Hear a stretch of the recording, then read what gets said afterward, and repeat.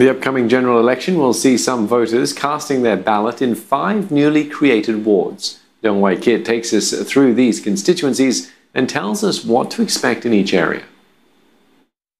It's all been mapped out. 5 new wards, mainly in the northern parts of Singapore. Of these, only one is a group representation constituency or GRC. Sengkang in the northeast is a 4-member GRC. It's carved out from Pasir Ris Punggol GRC and includes the Sengkang West and Punggol East single wards. Now, if you remember, in the 2015 election, Punggol East saw a close battle between candidates from the Workers' Party and People's Action Party. PAP's Charles Chong wrestled the board back from the WP's Lee Li Lian with just 51.77% of the votes. MP for Sengkang West, Dr. Lam Pin Min, has been seen walking the ground in the new GRC, and new faces, lawyer Raymond Lai and lecturer Wan Rizal Wan Zakaria, have been spotted during PAP walkabouts there as well. The Workers' Party is expected to mount a challenge for the GRC. Lee Li Lian has been seen meeting residents in the area. New faces Raisa Khan, founder of a non-profit organisation, and economist James Lim have also been seen during WP walkabouts in Sengkang.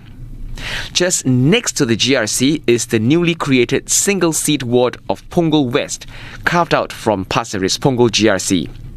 The current MP for the area is Sun Sheling, who joined politics in 2015. In 2015, the Singapore Democratic Alliance fielded a team in Pasir Ris Punggol GRC led by Desmond Lim. Marymount is a new single-seat ward in the central part of Singapore.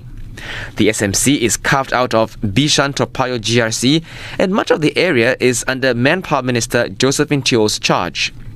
At least 3 opposition parties, the Singapore People's Party, the Democratic Progressive Party, as well as the Progress Singapore Party, have expressed interest in contesting the seat.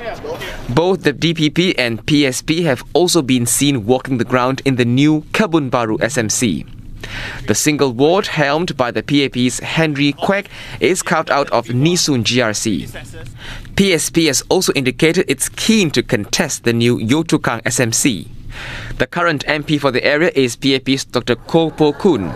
He is now part of the Ang Mo Kio GRC team led by Prime Minister Lee Hsien Loong.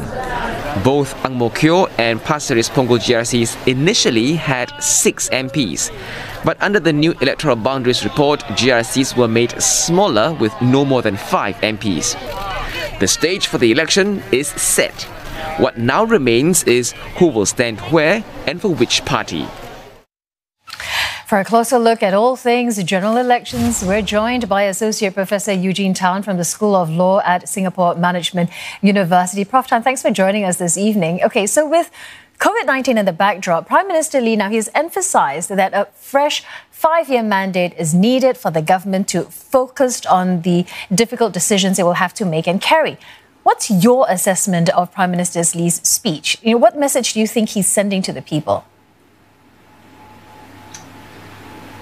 It was a significant address to the nation. I think this is the first time that the dissolution of Parliament had been announced by the Prime Minister live on national television. But I think that the key focus was, besides reminding voters of the importance of the upcoming general election because the stakes are so high, was the more basic thing of assuring Singaporeans, that it is safe to have the general election at this point in time. And that it is also possible for parties to campaign effectively. So the point that there need not be any trade-off is something which will be important because that will enable voters, candidates, and parties, to take part in the election very actively. Of course, with precautions taken. But I think here we are also looking at the upcoming general election, where it is clear. In the ruling People's Action Party is emphasizing that it is so crucial for Singapore and her people, and that it is important, to place the best group of men and women in Parliament because of the difficult decisions, the tough policies that will have to be made in the months and years ahead. Well, Parliament's now dissolved, and Singaporeans will be heading to the polls on the 10th of July. We know that the date has been set. What are the most immediate tasks on hand for the PAP and the opposition parties now that GE is just around the corner? I think for the opposition parties, they will have to quickly deal with overlapping claims. I think the priority has to be the avoidance of three-cornered fights. Right? I think what would be most ideal in every ward, is for a straight fight between the PAP and an opposition party. For the ruling People's Action Party, I think they will certainly have their work cut out for them in terms of persuading voters that they do deserve a strong mandate. Because there are many questions that have arisen since the COVID-19 outbreak in Singapore, and people will have different views about how well the outbreak was handled. But I think what we see for all political parties is the urgency to finalize their lineups, to introduce their candidates, to fine-tune their campaign strategies, and obviously, the need to walk the ground intensively over the next 3 weeks. The circuit breaker had severely disrupted the party's plans to walk the ground, but this is something that will have to be done, without delay, and they have already started. And they also have to prepare for the complementary, the online campaigning, which will be a key feature of this upcoming general election. So lots for them to do. So what will voters be looking out for in this GE? What do you think are issues close to their hearts at this current point? I think in every general election, what voters are looking out for, in many respects, is not going to be very different. I think they are looking out for candidates and parties whose platforms, they can identify with and for which they are willing to put their support for. And certainly, we're talking about, a representative government that we have here. And so the idea of who can best, represent voters. But I think, the PAP will certainly want to frame this general election as being, how best to prepare Singapore for a post-COVID world. So the idea that, we need to be looking 5-10 years ahead.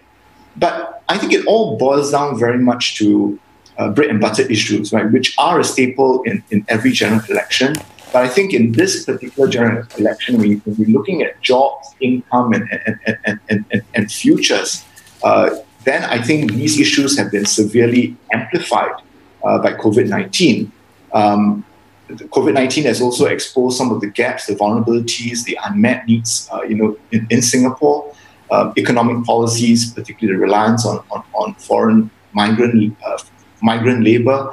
So I think these are, a whole series of issues, that Singaporeans will want to hear being at, and that you will have to decide, in the end, what's the best, which party, the platform, that will enable Singapore to thrive in the years ahead.